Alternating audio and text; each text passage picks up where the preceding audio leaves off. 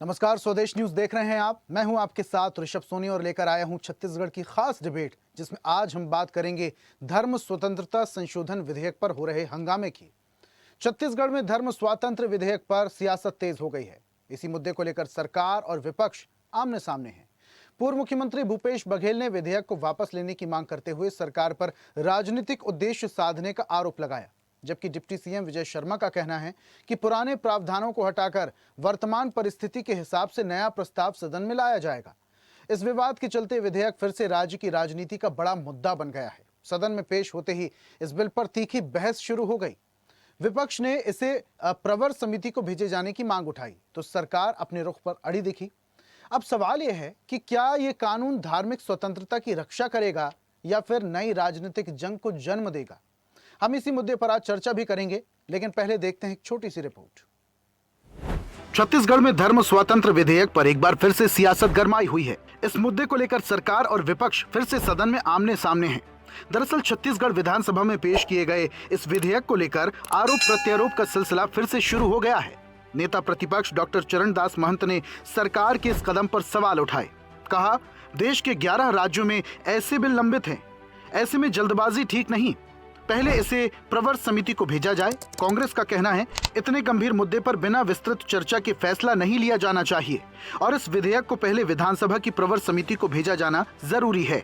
तो वहीं सरकार का दावा है कि ये कानून धार्मिक स्वतंत्रता की रक्षा के लिए लाया गया है, जबकि विपक्ष इसे नागरिक स्वतंत्रता पर असर डालने वाला कदम बता रहा है। जो इस देश में और इस प्रदेश में कानून लाया जा रहा है, वो हम सबके खिलाफ है। वहाँ जब चाहे पुलिस वाला जिसको कह दे कि ये धर्मांतरण करा रहा है और उसके खिलाफ कार्रवाई हो जाएगी, जेल हो जाएगा, 10 साल का जेल चला जाएगा। तो उन कानूनों से हमें पीड़ा हुई है, इसलिए हमने इस बिल को न लाने का निवेदन किया और नहीं मानने पर इसको लोकतंत्र विरोधी कानून मानते हुए, संविधान के विरोधी इन सरकार को मानते हुए हमने आज दिन भर के लिए सदन से बहिष्कार कर दिया है। और हमारे गृह मंत्री जी ने जो विधेयक प्रस्तुत किया है, बहुत ही स्वागत योग्य है, लेकिन विपक्ष का इस विधेयक से बहिष्कार करना वो इस बात को दर्शाता है कि वो यहाँ की संस्कृति, यहाँ की परंपरा, यहाँ के रीति रिवाजों को दूषित करना चाहते हैं। वो नहीं चाहते कि हमारे यहाँ की परंपरा, हमारे यहाँ की नृत्य है, संगीत है, हमारी पूजा पद्धति है, ये सुरक्षित रहे। इसलिए उन्होंने पूरे सदन का बहिष्कार किया। ये बहुत ही दुर्भाग्यपूर्ण है।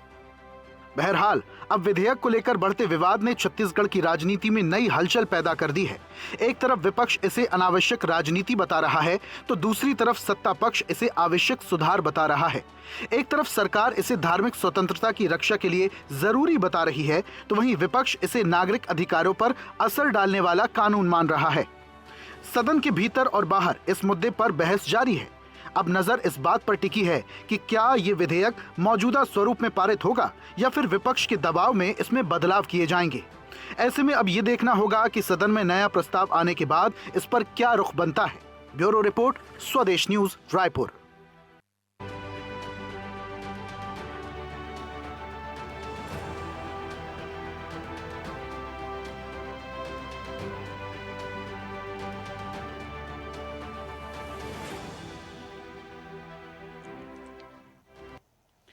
तो धर्म स्वातंत्र विधेयक पर एक बार फिर से बहस छिड़ चुकी है। इससे पहले जितनी बार भी सदन में कार्यवाही चल रही थी, उस दौरान भी हमने हंगामे की स्थिति देखी, चाहे किसानों की बात को लेकर हो, चाहे अपराध को लेकर हो। लगातार हंगामे की स्थिति बनी हुई है और आज हंगामा हुआ धर्म स्वातंत्र विधेयक को लेकर। विपक्ष कह रहा है इसकी जरूरत नहीं है, पहले समिति को भेजना चाहिए और बातचीत करना चाहिए। जो हाईकोर्ट और सुप्रीम कोर्ट के जज हैं रिटायर्ड, उनसे सहमति लेना चाहिए, उनसे विचार विमर्श करना चाहिए, विपक्ष को भी चर्चा में शामिल करना चाहिए। लेकिन जब हंगामा हुआ तो विपक्ष का वॉकआउट भी हुआ। अब इसी पर आज हम चर्चा भी कर रहे हैं। कुछ मेहमान हैं, बीजेपी से हमारे साथ गोपाल बिष्ट जुड़ रहे हैं। गोपाल जी बहुत स्वागत। और कांग्रेस का पक्ष रखने के लिए अभय नारायण हमारे साथ हैं। अभय जी आपका भी बहुत स्वागत।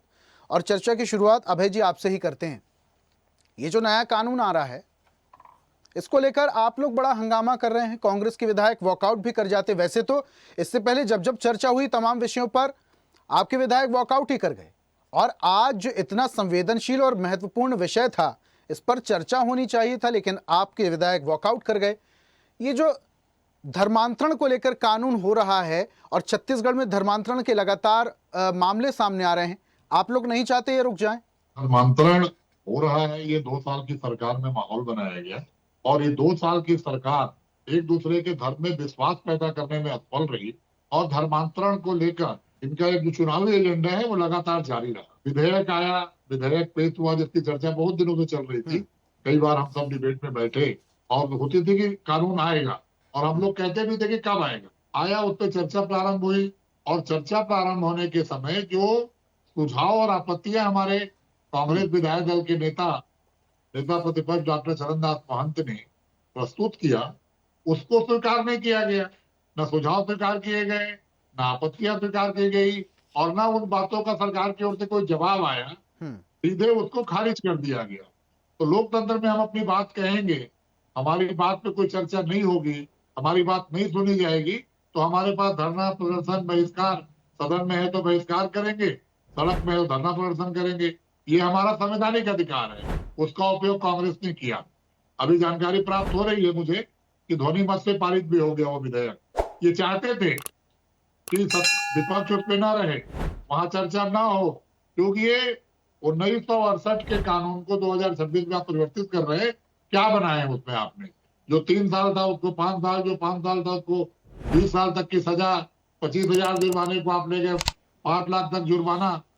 तो ये आप थोपने का काम कानून करेंगे तो कोई स्वीकार नहीं करेगा। और जिस हिंदू धर्म की रक्षा की बात करते हो, अपने आप में सच्चा में सनातन, कोई खतरा नहीं है हिंदू धर्म को। जहां तक मतांतरण आपको रोकना है तो उसके लिए उनके बीच में आपको काम करना चाहिए, उनके पास जाना चाहिए। उन किन कारणों से वो दूसरे धर्म में जाना स्वीकार करते हैं, मतांतरित होते हैं, इस पर आपको बात करनी चाहिए। कानून बनाने से अपराध रुकता तो अपराध होते ही नहीं। हर अपराध को रोकने के लिए इस देश में कानून है, फांसी तक की सजा है इस देश में, लेकिन उसके बाद क्या स्थिति है? कोई लेकिन कानूनों को सख्त करने की तो जरूरत है अभय जी, कानूनों को सख्त करने की तो जरूरत है। देखिए, धार्मिक अधिनियम तो पूरे देश भर में है। सख्त करने के पीछे जो इनकी मंशा है उसको भी समझना होगा कि सख्त क्यों कर रहे हैं। ऐसा कौन सा कारण है कि आपका बात हिंदू नहीं मान रहे हैं और धर्मांतरित हो जा रहे हैं कि आपको कानून बनाना पड़ रहा है? इस पर भी बात होना चाहिए कि आपको हिंदू धर्म को, हिंदुओं को हिंदू में रोकने के लिए आपको कानून का सहारा लेना पड़ रहा है। कारण है ना, आप अपने काम से नहीं रोक पा रहे हैं। अभय जी कारण है, जनता भी जानती है, आप भी जानते हैं कि कारण क्या है। जो मजबूर लोग होते हैं, गरीब लोग होते हैं, उन्हें लालच दिया जाता है, प्रलोभन दिया जाता है और कई बार तो धोखे से धर्मांतरण कराया जाता है। और यही प्रावधान कहते हैं कि अब ऐसे अगर तरीके से धर्मांतरण कराया जाएगा तो सख्त कानून प्रक्रिया अपनाई जाएगी। इसमें दिक्कत क्या है? और इसी तरीके से तो धर्मांतरण कराया जाता है, और क्या वजह है? देखिए, 11 साल की सरकार ने ये सुविधा उत्पन्न नहीं कराई कि हमारे लोग सक्षम बने। हम अपने लोगों को सक्षम बनाए, हम सनातनी हैं, हम खड़े हो उनके साथ, हम उनको शादी ब्याह में मदद करें, उनको स्वास्थ्य के समय मदद करें। केवल वोट लेने के लिए आप सनातन की बात करेंगे, केवल वोट लेने के लिए आप हिंदू की बात करेंगे और उसके बाद 5 साल आप छोड़ देंगे। गरीब गरीब रहेगा, बिना स्वास्थ्य के वजह। आप देख रहे हैं कि राजधानी में एक टैंक साफ करने के लिए 3 मजदूर उतारे गए। ये विकास है हमारा, और 3 मजदूरों की मृत्यु हो गई। ये तो हम विकास किए हैं। 2047 विकसित भारत, आत्मनिर्भर भारत की ओर जा रहे हैं। आज का विषय चूंकि धर्म स्वतंत्रता विधेयक है, विधेयक पर जो भी आपत्तियां थी उसको सुननी थी, उसका जवाब देना था। कांग्रेस विपक्षी पार्टी है, विधानसभा में नेता प्रतिपक्ष ने, विधायक दल के नेता ने अपनी बात कही। उन बातों को आप अनसुनी करने का मतलब है कि आप चाहते हैं कि जब हम नहीं रहेंगे तब आप पास पास का खेल खेलेंगे, और वही आज आप विधानसभा में किए। और इसको लाके आप लोग उनके मंसूबों को कामयाब क्यों होने दे रहे हैं अभय जी? आप लोग वॉकआउट क्यों कर जाते हैं? मुझे ये बात समझाइए। इससे पहले जब किसानों की बात हो रही थी तब भी आप लोग वॉकआउट कर गए, राजधानी में अपराध की बात होती है तब भी आप वॉकआउट कर जाते हैं, हंगामे की बात कह कि हमारी बात सुनी नहीं जाती है। आप लोग जनता के रिप्रेजेंटेटर हैं और अगर आप लोगों को लगता है कि इस विषय में चर्चा की जाना चाहिए तो आप लोग बार बार उन सवालों को उठाइए। आप लोग वॉकआउट क्यों कर जाते हैं? हम कोई चीज आसंदी पर रखते हैं, पटल पर रखते हैं, लिखित में रखते हैं, मौखिक रखते हैं, उसका अर्थ होता है प्रोटोकॉल में, उसका अर्थ होता है संविधान में। लेकिन ये सरकार तमाम संवैधानिक संस्थाओं का दुरुपयोग कर रही है, तो विधानसभा का भी दुरुपयोग कर रही है। ये तय करके आते हैं कि हमको इससे अधिक न इनकी सुननी है न इनकी माननी। क्या नेता प्रतिपक्ष को 35 विधायकों के 36 विधायकों के नेता को ये अधिकार नहीं है कि वो अपनी बात कहे? ये अधिकार नहीं है कि सरकार उनकी बातों का जवाब दे, सुझाव का जवाब दे? केवल आप कानून बनाएंगे वही कानून है। और आपने कानून बनाने से पहले किससे चर्चा की? सर्वदलीय बैठक की, सर्व आदिवासी समाज की बैठक की। अभी मैं मंत्री जी को सुन रहा था, छत्तीसगढ़ की संस्कृति की चिंता कर रहे हैं। कहाँ गया हरेली, कहाँ गया तीजा, कहाँ गया छत्तीसगढ़ का खान पान, कहाँ गया छत्तीसगढ़ के तमाम तीर्थ त्योहार? भूपेश बघेल सरकार ने छत्तीसगढ़ संस्कृति और तीर्थ त्योहार पे काम किया, सबको विश्वास में लिया, विश्वास पैदा किया। वो विश्वास खत्म करने का काम एक धर्म विशेष को दबाने के लिए, डराने के लिए, उनकी प्रार्थनाएं नहीं हो सकती, उनकी सभा नहीं हो सकती। ये 2 साल से आपने माहौल पैदा किया है। केरल की नान आई थी, क्या घटना हुआ स्टेशन पे? उनके साथ हिंसा की गई। ये प्रदेश है आपका। तो आज तमाम तरह की बातें चर्चा होती तो उसमें आता, लेकिन हमारे पास संविधान में जब हमारी बात नहीं सुनी जाएगी तो इस सरकार को शर्म आनी चाहिए कि विपक्ष को आपने अनुसरणा किया और विपक्ष को बहिर्गमन करना किया। अच्छा, ये कानून अगर आता है, अगर ये कानून आता है अभय जी, अगर ये कानून आता है, अभय जी सुनिए, अगर ये कानून आता है तो समाज में विभाजन होगा। जरा ये समझा दीजिए कैसे होगा, क्योंकि मैं नहीं कह रहा हूं, ये आपके नेता चरणदास महंत कह रहे हैं, नेता प्रतिपक्ष। देखिए, हर महिलाओं के लिए कानून लाया गया, अनुसूचित जाति के लिए कानून लाया गया, आदिवासी समाज के लिए कानून लाया गया, उसी तरह ये धर्म के लिए कानून लाया जा रहा है। अब ये लागू होगा, उस पर जो हमारी आशंकाएं सिद्ध होंगी, गलत होंगी, ये तो आप देखिए मत से ध्वनिमत से पारित हो गया, बहुत जल्द कानून बन जाएगा। तो देखेंगे उस समय भी हम आपको जवाब देंगे, निश्चित रूप से जवाब देंगे। लेकिन अगर विपक्ष के रूप में हमारा सुझाव था, हमारी आशंकाएं थी, हमारी आपत्तियां थी, तो हमें संवैधानिक अधिकार है कि सरकार का जवाब आना चाहिए था, उसके बाद आप इसको पारित करते। ठीक है गोपाल जी, ये जो बड़े बड़े आरोप लगाए जा रहे हैं धर्मांतरण को लेकर, आप लोग जो एक धर्म विशेष को टारगेट कर रहे हैं, धर्मांतरण के मामले हो रहे हैं, नो डाउट बहुत सारे मामले सामने आ रहे हैं। अभी क्या जरूरत पड़ गई जो ये धर्मांतरण को लेकर आप लोग विधेयक लेकर आए हैं? स्वदेश न्यूज के सभी दर्शकों को नमस्कार। मेरी आवाज आ रही है? जी सुन पा रहे हैं सर, बोलिए।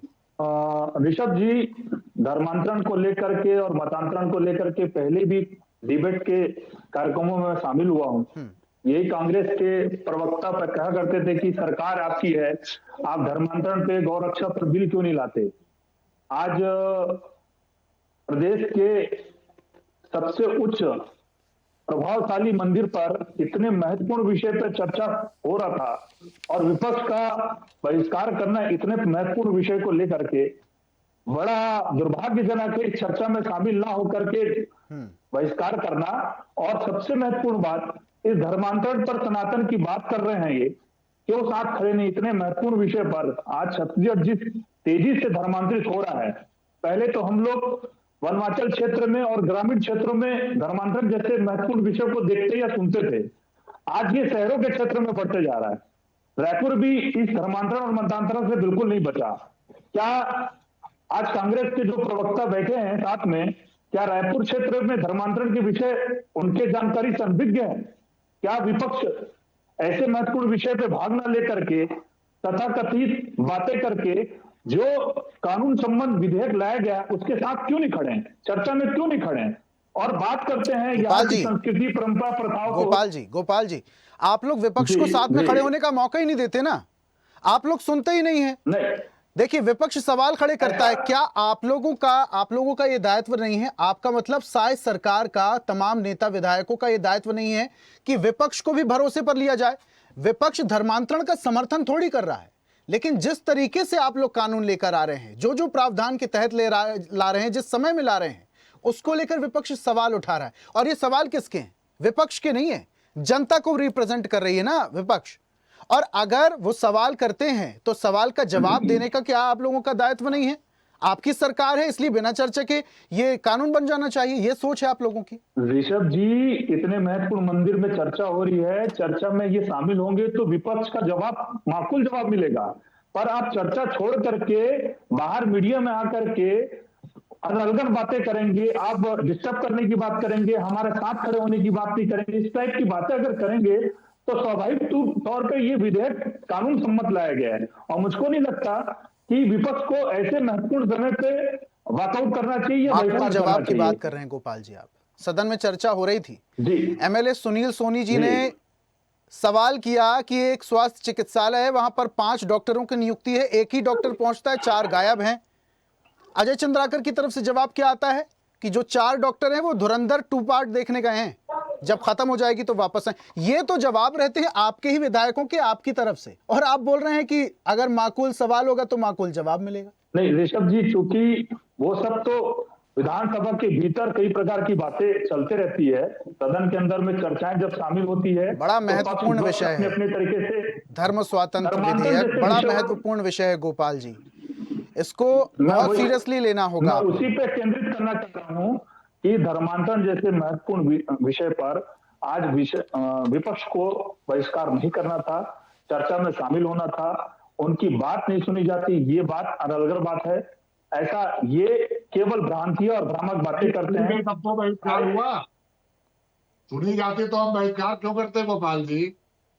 हमको नहीं सुना गया, आसंदी ने खारिज कर दिया, तो हमारे पास रास्ता क्या था?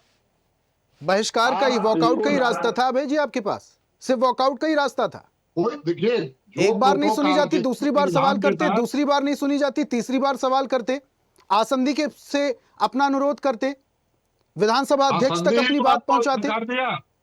आसंदी ने तो नकारा, उसके बाद हम आप लोग वॉकआउट कर गए, क्या ये सॉल्यूशन था अभय जी? ये इतना अच्छा, मुझको एक बात बताइए अभय जी, अभय जी एक बात मुझे बताइए जरा, एक बात मुझे बताइए, धर्मांतरण के जो मामले आ रहे हैं इसके पक्ष में है क्या आप लोग? देखिए, आप होना चाहिए बिल्कुल धर्मांतरण। समझने का प्रयास करिए ऋषभ जी कि धर्मांतरण किसे कहा जा रहा है।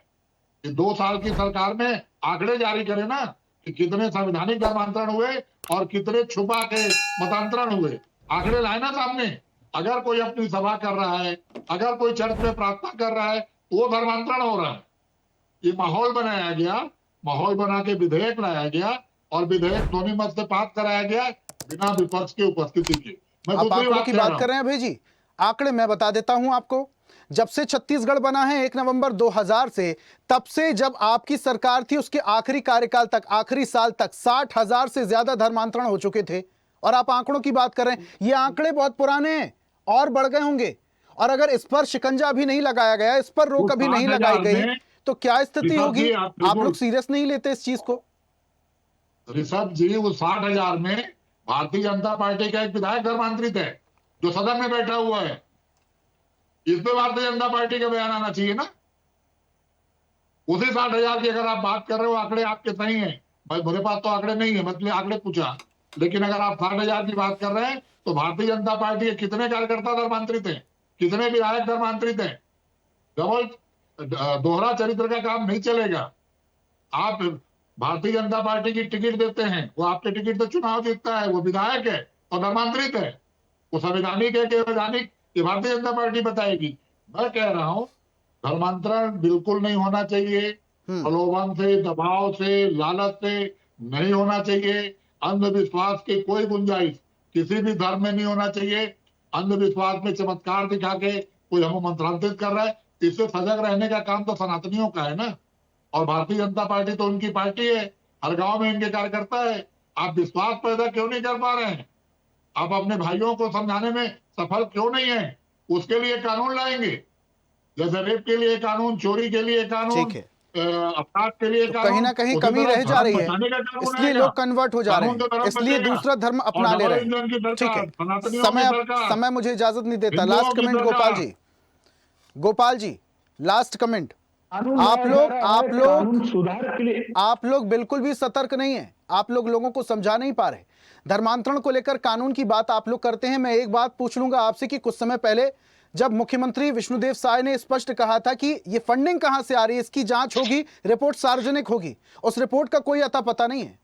और धार्मिक विधेयक कानून की बात आप लोग कर रहे हैं। Last comment sir, 20 second. Gopal ji. Rishabh ji, ये कानून सुधार की दिशा में अहम कदम है, इसका स्वागत करना चाहिए, ना कि राजनीति करना चाहिए।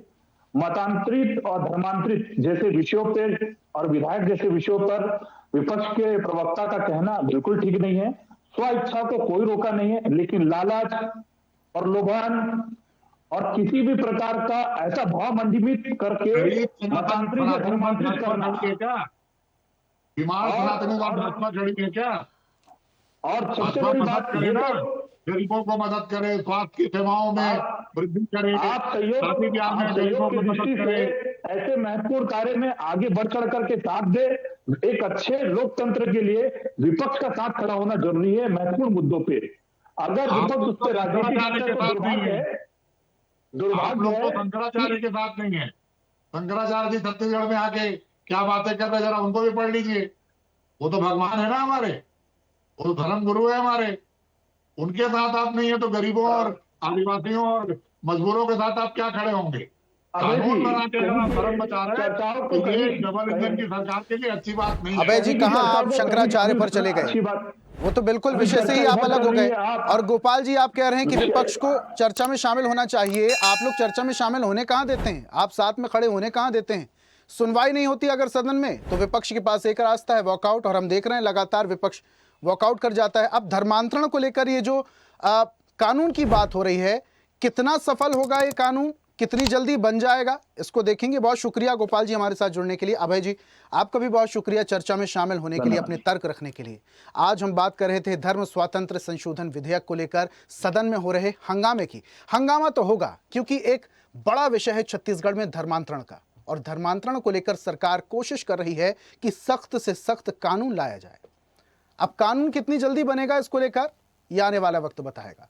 खास पेशकश में फिलहाल इतना ही। देखते रहिए स्वदेश न्यूज, सबसे पहले देश। और ऐसी ही ताजा खबरों के लिए लाइक, फॉलो और यूट्यूब पर सब्सक्राइब कर बेल आइकन जरूर दबाइए।